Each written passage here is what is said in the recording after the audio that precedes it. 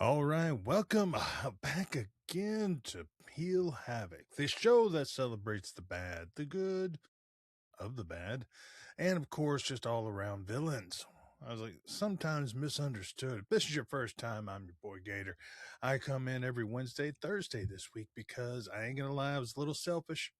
I had some technical difficulties with my mic, sent it off, had it fixed, and it was on its way back, finally got here, and I had to wait. That was me being a little selfish. But what is a little selfishness if not with a little reward for doing the hard work? Speaking of hard work, back to school part two. Last week we covered the bullies, the people that made life horrible in cinema. Now let's talk about the teachers, the ones that we hated to see because they always reminded us of somebody we went to school, that one teacher that just did not care how good of a job we did because they hated us because of us being us. And you know exactly right then, you just had a teacher pop into your mind. You know damn well you did because we all had that one that just did not like us for whatever reason under the sun. They didn't. Well, let's look at some teachers and principals and stuff from the cinema world. Because we've all had that one teacher, the one who seemed to enjoy handing out detention, the principal that made school feel like prison. Today, we're counting down the meanest teachers, principals, and movies and TV and asking whether they were true villains or just a little misunderstood. So let's jump right into it with the number one. Yes, I am talking about Miss Trenchbull. In case you're wondering, that's from Matilda. I was like, yeah, if you've ever seen Matilda, then you know exactly what I'm talking about and why she's iconic. Because she is the gold standard of evil educators. I mean, she comes out gold medalist for hammer throw. And she looks like if you met her in a bar and she had a problem with you, you would definitely cheat to win and swing first. Even if you were all against hitting women in general, you would be scared to wait for her to hit you first. I mean, that's who she was. I mean, she just looked mean. She was horrible. I mean, she throws a man to thrip by her pigtails, locks children in the chokey. Public humiliation is one of her strategies, as well as intimidation through fear. And of course, the all and all out popular physical abuse. Man, she is horrible. She is mean. She talks down. She hates kids. She runs Cruncham Hall like a military dictatorship.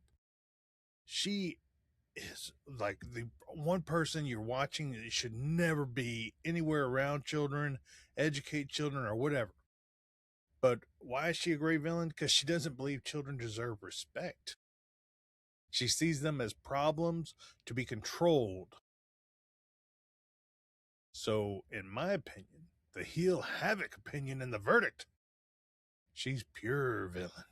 She is one when you're watching, you don't care who the other person is. You want them to beat her down, whether it be a child, adult, whatever. It doesn't matter. You're rooting for the other person. That is a villain there. Yes, it is. Now let's go to number two. The second one on my list is Principal Richard Vernon. That's going to sound a little weird to a lot of y'all people, but not my 40 plus, my Gen Xers and my millennials. That is the Breakfast Club principal, in case you're wondering exactly one. So one Saturday detention, just a handful of students, 5 to be exact, and one miserable principal. Famous quote from that movie, you mess with the bull and you get the horns. Now, he just basically got all these people and he just threw them in a room and said, here, do this. Handed them a piece of paper and a pencil. And they did what kids do, what any teenager would do. I ain't gonna lie, I would have done that because it was wrong. Just wasted a whole Saturday. Oh, God, that's a sleep in day. So was he wrong? I mean, he believes discipline creates responsibility, that kids are lazy. Duh. Authority must be respected. Okay. The students see him as a tyrant, but some of his criticism actually land. So was Vernon, ask yourself this, was Vernon abusive or simply burned out? Because was he just one of those teachers that has lost his will, his spark, whatever, that makes him want to get up and teach and do the right things and actually build kids up versus tearing them down? Because that's all he seems to be wanting to do, is just tear them down. All to just lose at the end of the day. And all he was doing is chilling in another room doing whatever he felt like doing. So that, in my opinion, I was like, he's just more of a burnout that doesn't care anymore, that's just going because he doesn't know anything else. Now, I'm going to touch base with a little bit of Harry Potter, where my potheads out there. Come on now. Harry Potter, Order of the Phoenix. Yes, I cannot be talking about anybody else but Dolores Umbridge. Possibly the most hated teacher in fiction. Not because she's loud, because she's polite. Everything she does is wrapped in a smile and rules and all these other great things. And it's so much pink that's going to explode.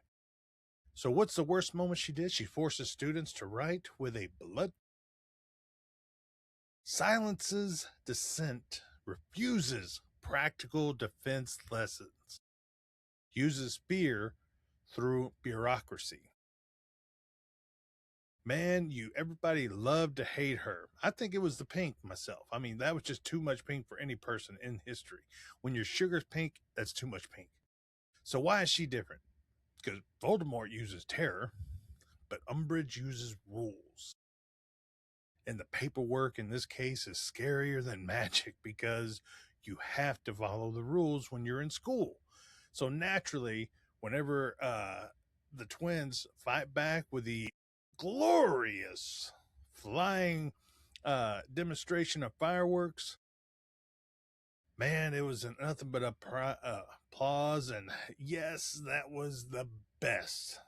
She got what she wanted in the end, or what she needed in the end. Although I don't think she was on the right side to begin with. I think she just took it with not a grain of salt, but a grain of sugar, and was like, here's how it is. Ugh, God, I hated her so much. I was so happy when she was done. So, and last week we talked about Biff Tannen and being the gold standard #1 bully, but let's go back to the Future with my number 4, Mr. Strickland. Now, this is my wild card here, because he loved to say slacker. Hill Valley's disciplinarian constantly rides Marty McFly. Yet, he's consistent. He treats everyone the same. Not one person is treated with praise or one person treated bad or better than the rest. So, was he mean or just tired of teenagers? Or was he kind of, I was like, he was just one of the best, and he's seen what the worst brings out in people. I mean, we've all had that one teacher that was just rules and follow the rules and just loved it reaching out. I had one of my coaches constantly telling someone that he could ruin a wet dream.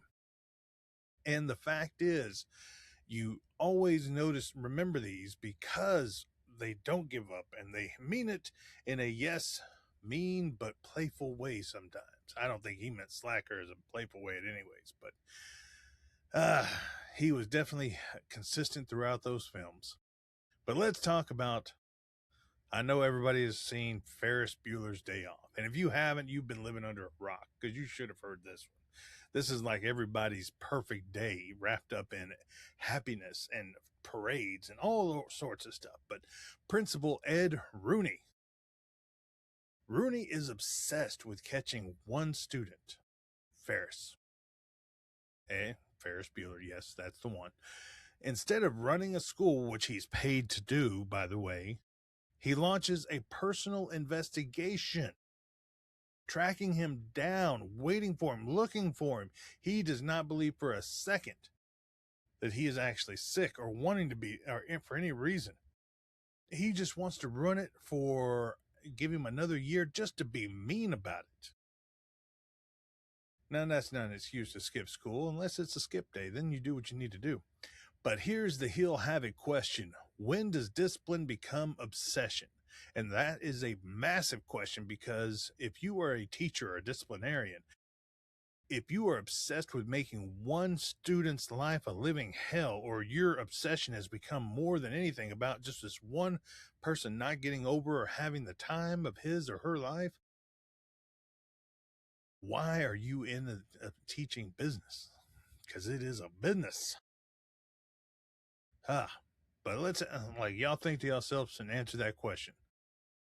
Let's get down to number 7, Mr. Hand, the Fast and Times at Ridgemont High. Now, here's another one that I put on the list because of the first part, but I really couldn't say about the second one. He's strict, he's no nonsense, and he's got zero patience for Jeff Spicoli.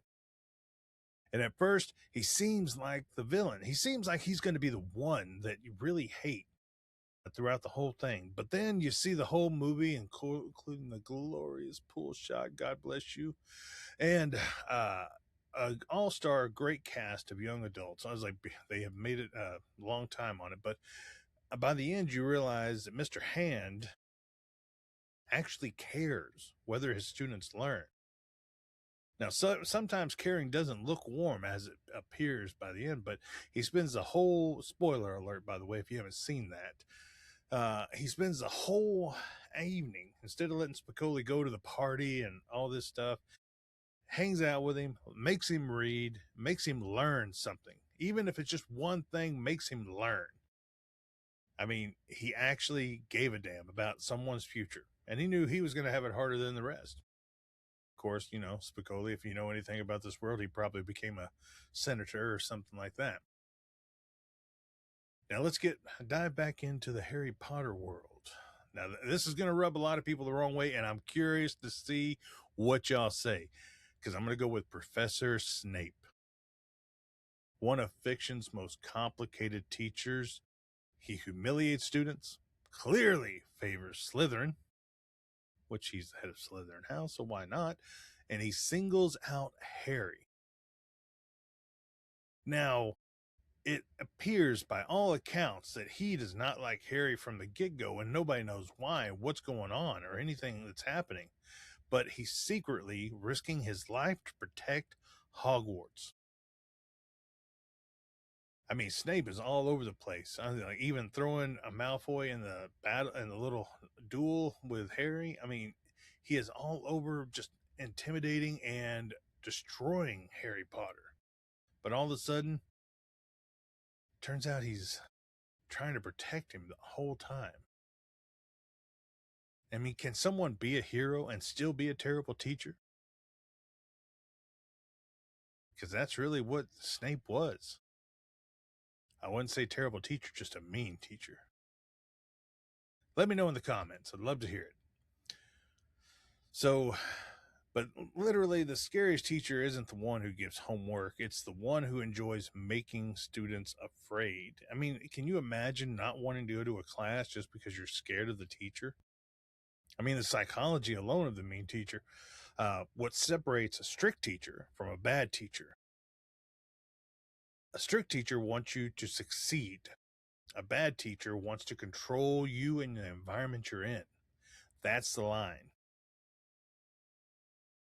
One we're going to get to at the end here, because I wanted to throw out a wild card complete at the end. Joe Clark from Lean On Me was strict. Miss Trenchbull was abusive. Mr. Miyagi challenged Daniel. Dolores Umbridge punished curiosity. So what does all this say? Intent matters. Now, as we said, the biggest heel turn, Professor Snape. Spends 7 books. I mean, how many people were reading or watching the movies, and then all of a sudden he turns out to be the hero that's been protecting Harry all the time? He's looking like a villain. 7 books in, looking like a horrible person. Then you realize may have been one of the greatest heroes all along. How much torture must he have put himself through just to act like he didn't care? So, I don't know. Y'all let me know. Who do y'all think was the worst teacher? Because in my opinion, not every strict teacher is a villain. They just actually have a different way of doing it, making you want to learn. But every great school villain has one thing in common. They confuse fear with respect. The best educators challenge students because they believe in them. The worst educators punish students because they enjoy the power. And school isn't supposed to be scary. It isn't supposed to be easy. The best teachers push us. The worst teachers break us. And sometimes the difference between a mentor and a villain isn't how loud they yell, it's why they do it. And that brings me to the final teacher, the one that was not considered a villain by the students, but by the parents. Joe Clark, principal everyone hated, but every school needed. Now, if you haven't seen Lean on Me, Morgan Freeman dominates this movie. I mean, like awesome movie to watch. When Joe Clark walked into Eastside High, he wasn't welcomed. He was feared. Students hated him. Teachers questioned him. Parents protested him. But here's the question. Was Joe Clark a tyrant or the hero the school desperately needed? Did he want to make the decisions that everybody else was scared to? Because if Joe Clark became principal today, would he be fired or celebrated? Morgan Freeman played one of the most controversial educators in movie history. He carried a baseball bat. He chained school doors. He expelled drug dealers, yelled at teachers. Yet decades later, many believe schools need another Joe Clark. So in the movie Lean on Me, who was Joe Clark? And this is actually based on true story. Look it up. It has actually happened. Eastside High in Patterson, New Jersey was on the verge of state takeover due to violence, drugs, low test scores, and failing discipline. Clark was brought back to save it. Now here's the heel havoc question. Was Joe Clark the villain of Eastside High or the only adult willing to become unpopular to save it? Because in a lot of parents' eyes, he was a villain, the person that did their kids wrong. But a lot of the kids were happy because they were able to learn safely. So why everyone thought he was the villain from the students' perspective? He was terrifying. I mean, carried a baseball bat, screamed at some of the students, expelled hundreds, refused excuses, and embarrassed teachers. On the surface, he looks like the antagonist. He sounds like he's the worst person in the world. But if your principal had made your life harder, but your future better, would you thank him later? I want you to ask yourself that. Because one of the movie's most iconic images was Joe Clark carries a baseball bat because he through the halls. I mean, even Morgan Freeman's in it. He's like, they used to call me Crazy Joe. Now they could call me Batman. Holding up a bat. Not to attack students, to send a message. Order has returned. It's symbolic, not violent. So, what's the one thing he did at the beginning? One of the film's most controversial moments is Clark removes students involved in gangs, drugs, and violence. Critics said he gave up on kids. Supporters said he protected everyone else. What are your thoughts? I mean, if you have a kid that was expelled, are you just going to pretend like your son or daughter is just not a bad apple and let it go on? Or are you going to say, maybe I failed a little bit as a parent? That's what a lot of parents didn't want to admit. So, can saving the majority require sacrificing the few? And this is an incredible ethical debate. If you had a choice between sacrificing a couple hundred or 300 or so whatever to save a couple thousand, to give them better lives, get them better jobs, better educations, would you do it? Or would you just say it's not our problem? Because Joe Clark doesn't just challenge students, he challenges adults. He tells teachers, do your job. Raise expectations. Stop making excuses. His philosophy is simple. Students rise when adults stop lowering the bar. And I know I spent a little more time on Joe Clark because I like the thought of a villain being the true hero. I really do, if you can't tell. Because he wasn't trying to be liked. He wasn't trying, he was trying to make sure his students graduated and getting the education that they need. I mean, and what do you think about tough love versus fear? Here's a big debate. Did students succeed because they respected Joe Clark or they feared Joe Clark? Because there's a difference. So y'all let me know what y'all thought. If you haven't seen the movie, definitely go see it, and then you can make a judgment for yourself. But the real hero moment of the whole place, and if you haven't seen it, spoiler alert, the school must pass the basic skills test. Everyone is watching. If they fail, the state takes over. And at the end, when Eastside passes, it's not just a victory for Joe Clark, it's proof that expectations matter. Real hero moment. You can't deny it at all, because he just proved that everything he was doing was working. So the real life Joe Clark, like I said, based on a true story, he became principal at Eastside High in 1982, and he implemented strict disciplinary policies while also pushing students and staff to believe the school could succeed academically. Like the film, his leadership generated both praise and criticism. Some viewed his methods as transformational. Others argued that it was too confrontational. So Joe Clark leads through accountability. Basically, he's not saying do this or else. He's saying do this because you can. Do this because I know you are up here. Stop acting like you were down here. He doesn't see the worst in people. He's seeing the best, and he's making everybody accountability to be the best person or the best version that they can be. Not every student needs the same teacher.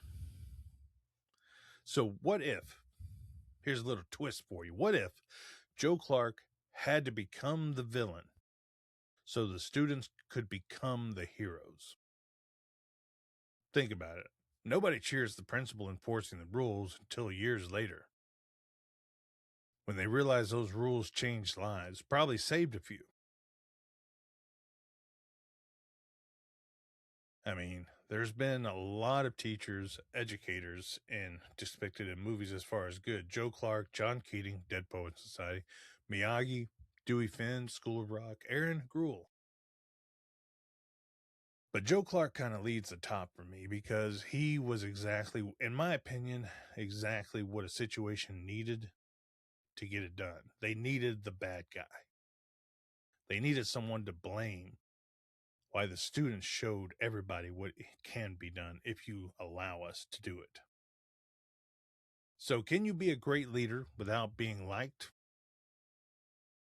Because Joe Clark understood something many leaders struggle with.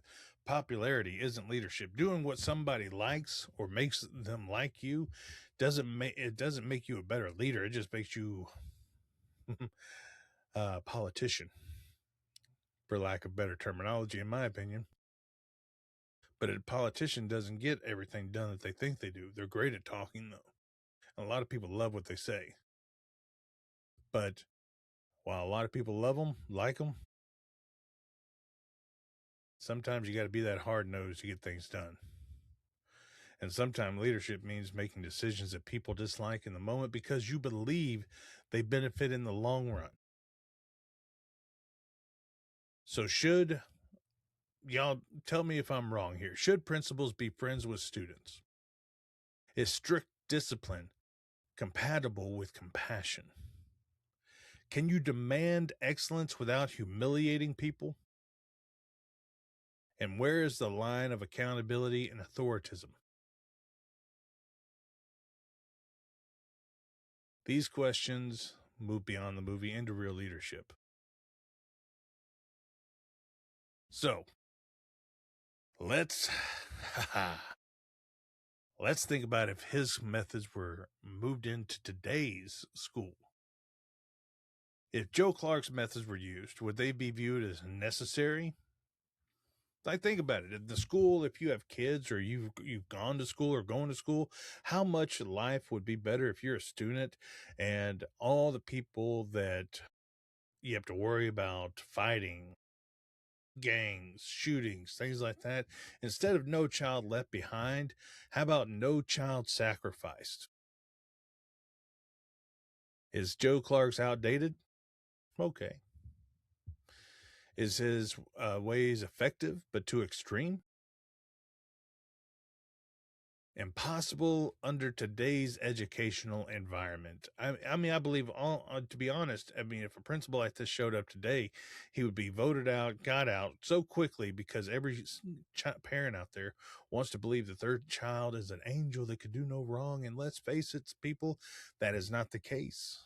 It just makes you more blind and a bigger idiot than they are. So, in my opinion, Joe Clark may have been hated by parents and a lot of students, but he wasn't a villain. He was a leader who accepted being misunderstood.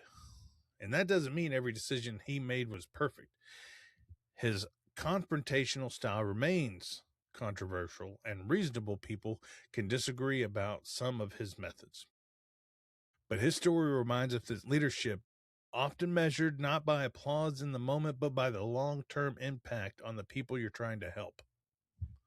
So, that being said, Joe Clark didn't ask his students to like him. He asked them to believe they were capable of more.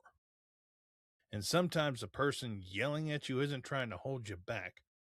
They're trying to push you forward. And maybe the greatest principals aren't remembered for being popular. They're remembered for refusing to give up on students everyone else had already written off. Sometimes you need the bad guy. I know. Weird coming on the heel Havoc verdict. So, that being said, I went through my favorites as far as bad educators, mean educators, and even Joe Clark, who was the bad guy that school needed. I hope you have enjoyed this episode in the back to school. I'm back to work hard for all of y'all, so I'm going to get back to the grind, make some new episodes. We got a lot of things coming back, or coming up that I got to get involved in. I was going to do one about President Snow, but then my wife was like, it's like, you can't do that till you read all the books. So I'm reading all the books. That way I can make complete sense of this. And I am going to break a lot of hearts. And I hate to tell you, you're not going to like it, but you will understand it. Till then, tune into Hill Havoc every Wednesday and have a great time. We're here. It's good to be bad.